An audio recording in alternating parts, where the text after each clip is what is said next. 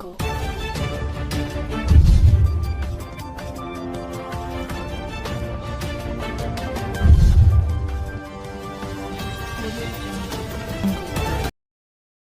Jungle.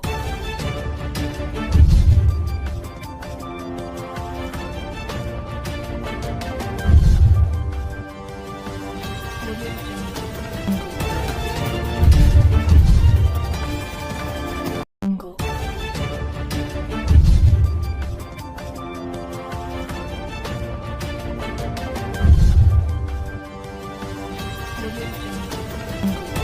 अस्सलामुअलैकुम। मेरा नाम कमल आरिफ है। मैं block 21 federal B area Sanaullah apartment में फ्लैट नंबर है B427। मैं वहाँ रहती हूँ। 15 अप्रैल को ये वाक़या हुआ कि मैं जब अपने इलाके की वाटर पम्प सौदा लेने के लिए गई हूँ 5:05 पे घर से गई हूँ और मैं 6:30 बजे तक घर वापस आ गई हूँ। मैं फिर किसी के घर चली गई सर। मैं वहाँ पर उनके घर में मैंने सिर्फ चाय पिए और अजानें हो रही थी तो मैं अपने जीने पे चढ़ रही थी।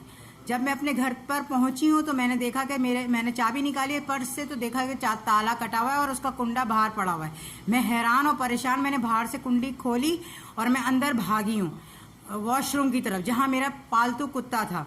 सर वो 3.5 साल से वो कुत्ता मेरे पास है। सर मैं ये समझती थी कि मेरा घर सबसे ज़्यादा महफूज है, कि लोग डरते होंगे कि इनके घर में तो कुत्ता मौजूद है, मेरे घर में कोई दाखिल नहीं हो सकता।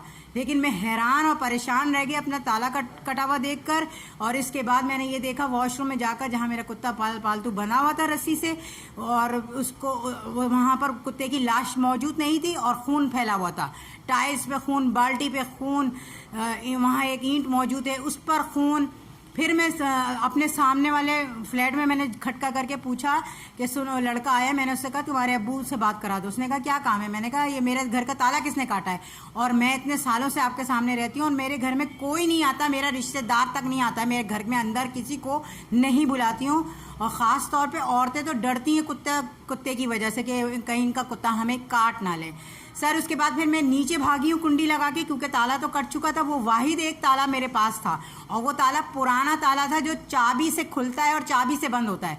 सर वो ताला इतना मोटा था जिसको आरी से काटा गया है और दरवाजे पर आरी के निशान तक ताज़े मौजूद हैं। सर मैं फिर नीचे दो तीन फ्लैटों में मैंने खटका करके पूछा, किसी ने मेरे कुत्ते को ले जाते हुए देखा है, किसी ने कोई वाकया देखा है, कुछ देखा है? सब ने कहा कि हमें नहीं पता। और एक लड़के ने मुझसे कहा कि आप यूनियन वाले लड़कों से जाके पूछें। ये उन्होंने किया है।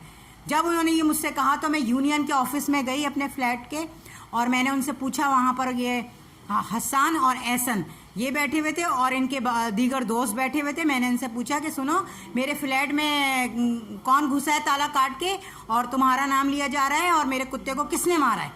तो कह रहे हैं हमें नहीं पता। और मैंने कहा क्यों नहीं पता तुम्हें? तुम यूनियन में हो, तुम्हारी जिम्मेदारी है कि तुम्हारे फ्लैट में किसके घर में क्या हो रहा है। तो कहने लगे हमारी जिम्मेदारी नहीं है। मैंने कहा तुमने एक कुत्ता मारा है, मुझे पता चल चुका है कि तुमने कुत्ता मारा है, तुमने एक कुत्ता मारा है, मैं 4 कुत्ते रख के दिखाऊंगी। उसके बाद हमारे फ्लैट में एक ही दरवाज़ा है आने जाने का, वहाँ गार्ड बैठा हुआ है, वो भी असले वाला गार्ड है। सर मैंने उससे पूछा जाके कि तुमने फायर की आवाज़ सुनी है, तुमने यहाँ से किसी कुत्ते को ले जाते हुए देखा? उसने कहा मुझे तो कुछ नहीं पता, मैं तो अभी अभी आया हूँ।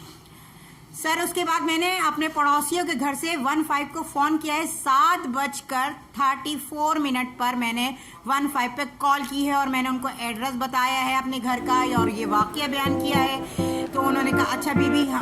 और मैं उनका 15-20 मिनट तक इंतज़ार करती रही कि कोई गाड़ी आएगी पुलिस की, मगर कोई गाड़ी नहीं आई।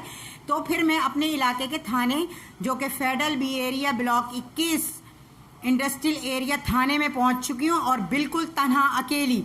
और मैंने वहां जाके सारा वाकया बयान किया SHO साहब को, और वो जो दरख्वास्त लिखते हैं उनको बयान किया जाके कि ये मामला हुआ है मेरा। अच्छा बीबी आप यहाँ बैठे हैं, अभी हम देखते हैं।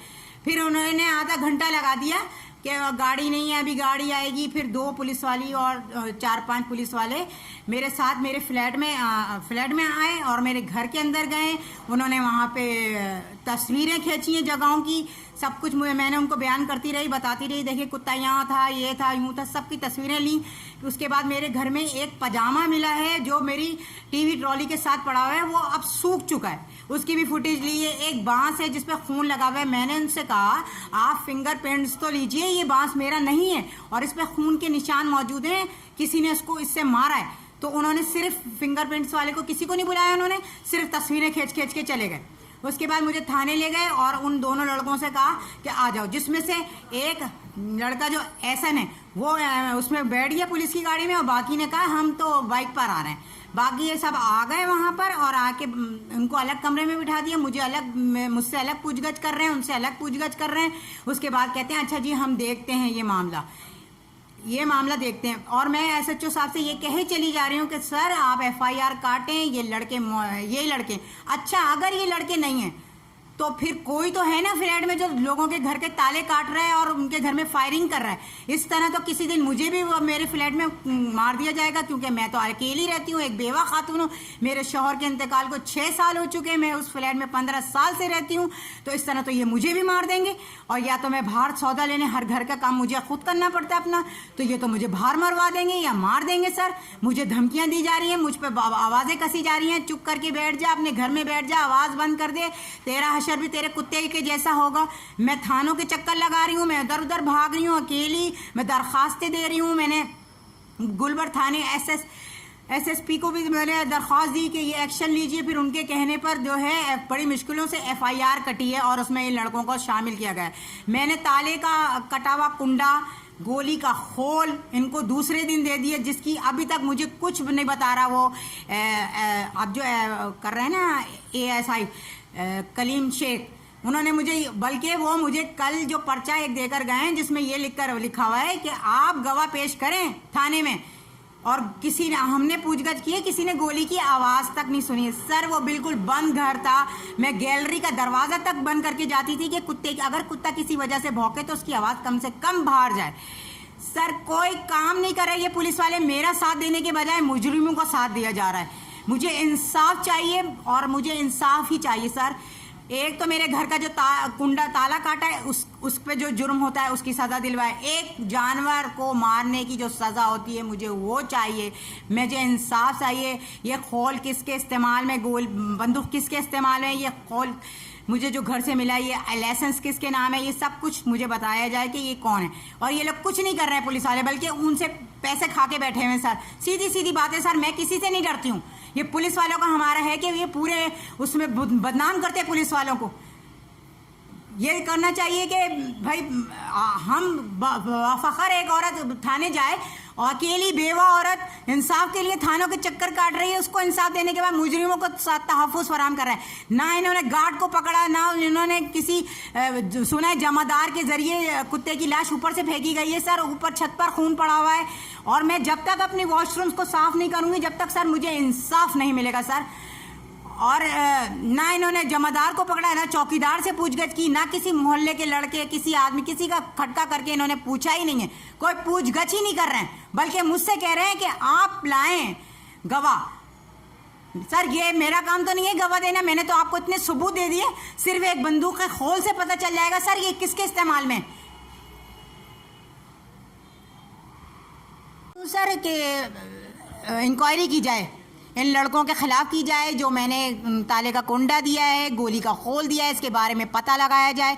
ये असला कौन इस्तेमाल करता है, ये इसका लाइसेंस किसके नाम है। सर सिर्फ ये गोली का खोल ही सब कुछ बता देगा कि कौन शामिल है। अभी तो वो झूठ बोल रहे हैं ना सर।